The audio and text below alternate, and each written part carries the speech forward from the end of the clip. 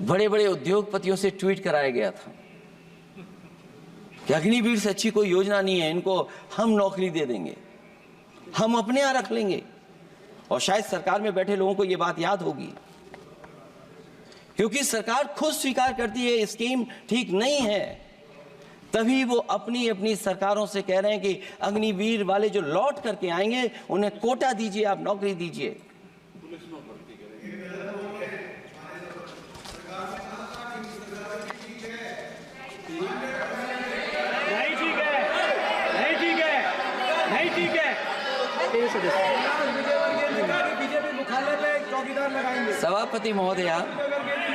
सभापति महोदय, मैं बैठ जाता हूं, आप खड़े होकर के कह दीजिए अग्निवीर व्यवस्था अच्छी है। मैं इस सभा में खड़े होकर कहता हूं, उस राज्य से आता हूं, हिमाचल प्रदेश से, जिसने पहला परमवीर चक्र विजेता मेजर सोमनाथ शर्मा दिए। कारगिल के युद्ध में सबसे ज्यादा शहीद होने वाले हिमाचल प्रदेश के वीर नौजवान थे। 4 परमवीर चक्र विजेता हुए, उसमें से 2 कैप्टन विक्रम बत्रा और सूबेदार संजय कुमार हिमाचल प्रदेश से हुए। और मैं कहता हूं, जी हां, जो लंबे समय से मांग थी 1 रैंक 1 पेंशन की किसी सरकार ने पूरी नहीं की, वो नरेंद्र मोदी जी की सरकार ने यहां पर पूरी की है। और मैं एक बात और कहता हूं, अखिलेश यादव जी सुन ले, अग्निवीर में 100% एम्प्लॉयमेंट की गारंटी है और रहेगी। माननीय सदा साहब अपनी बात। सभापति महोदय, जो मैंने बहुत छोटा सवाल पूछा था,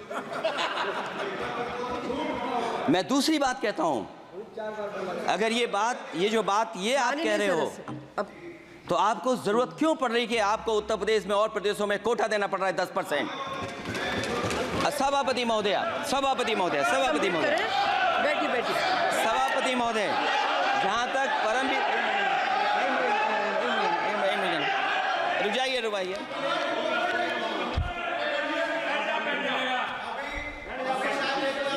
अरे सुनने दो। माननीय सदस्य साहब अपनी सभापति महोदय, सभापति महोदय, चैल जानते हैं आप कहाँ हैं?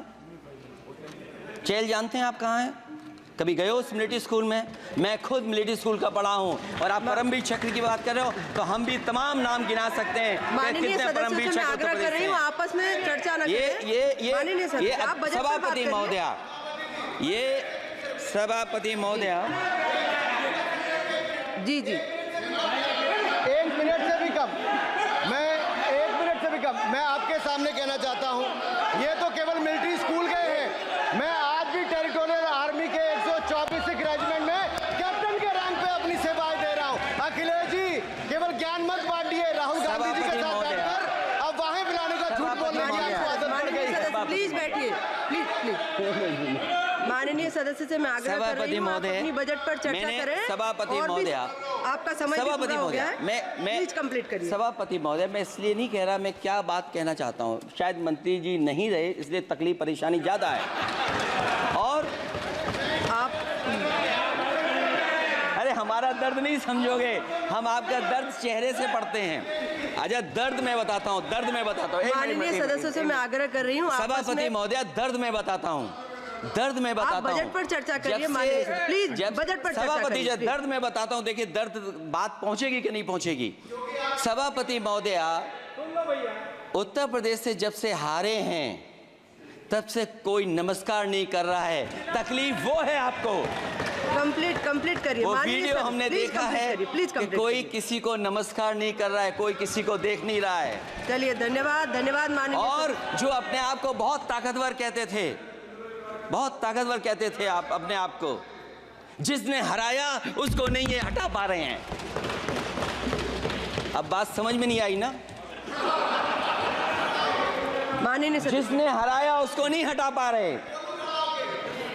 और अगर सभापति महोदय, अग्निवीर व्यवस्था समाजवादी लोग स्वीकार ही नहीं कर सकते। आप बजट पर पूरा अपनी बात रखिए। सभापति महोदय, अग्निवीर स्वीकार नहीं कर सकते। आप अपनी जब भी हम सत्ता में आएंगे, साल 2 साल, ये चलने वाली सरकार नहीं है, गिरने वाली सरकार है, याद रखना। माननीय सदस्य, और देखिए, आप क्यों नहीं समझ रहे हो, साइकिल हमारा चुनाव चिन्ह है, साइकिल ही आपको सरकार चलवा रही है। जिस दिन साइकिल हट गई, आप कहां बैठे मिलोगे? और दूसरे हमारे साथी हैं जो हमें लेकर के यहां लाए थे। माननीय हम यहाँ सदस्य मैं छूट गए, आग्रह कर रही चले हूँ, गए कंप्लीट वहाँ। करिए।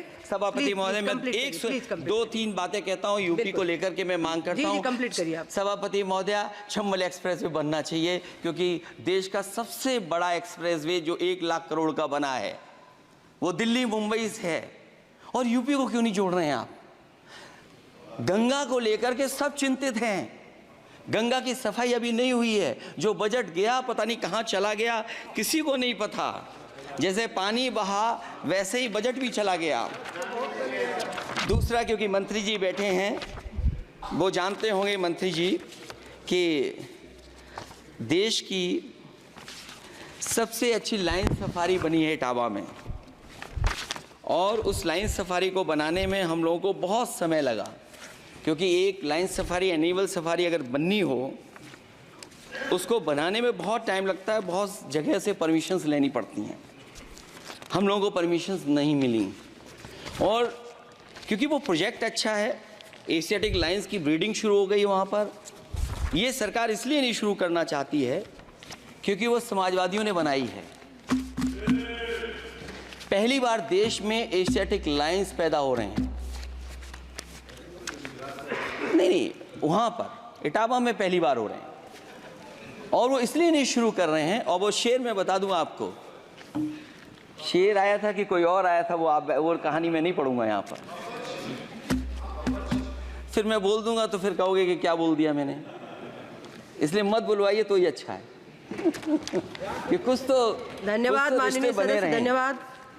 कुछ मत बुलवाइए मुझसे। सभापति महोदय, मैं ये कहना चाहता हूँ कि लाइन सफारी, एनिमल सफारी उस क्षेत्र की, यूपी की प्राइड है वो, कि पहली बार ब्रीडिंग सेंटर एशियाटिक वहाँ पर बन गया है। दिल्ली की सरकार और यूपी की सरकार मिल करके उसको शुरू नहीं होने दे रही है। मुझे उम्मीद है कि उसको शुरू करवा देंगे आप। और आखिरी में मैं कहता हूँ, चलते चलते आप 2 लाइनें कहता हूँ, बुनियाद को नकार कर जो इमारतें उठाएंगे, हम भी देखते हैं वो किस मंजिल तक जाएंगे।